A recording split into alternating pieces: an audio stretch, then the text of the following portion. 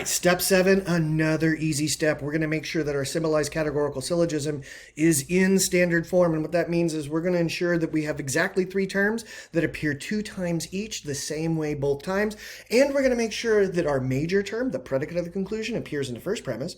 Our minor term, the subject of the conclusion, appears in the second premise. And our middle term appears in both premises, but not the conclusion. When we mark our terms, we can see that indeed we do have 3 terms, M, G, and F, that appear exactly the same way 2 times each. So that's good.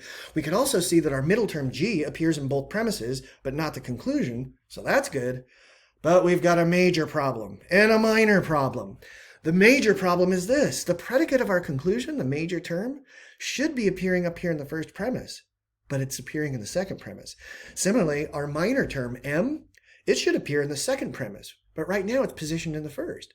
So we've got to rearrange this argument in order to get it into standard form, because if we don't, we won't be able to use our inventories of valid forms to determine whether the argument is valid or invalid. Now, there's 2 ways that we can adjust this argument so that it is in standard form.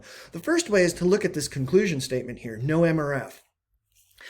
If we apply conversion to that, this resulting statement will be logically equivalent. In other words, it'll have the same truth value. We're allowed to convert those kinds of statements.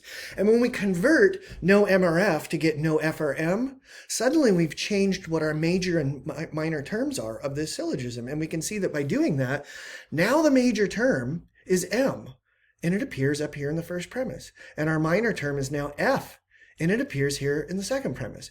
The other way we could fix this argument is to simply flip the order of the premises, to take what's currently our first premise and make it the second premise, and take what's currently the second premise and just make it the first premise. And we can see that by doing that, we now also have an argument that's in standard form. So either one of these forms will work to get this argument into standard form, and we can start to evaluate it for validity.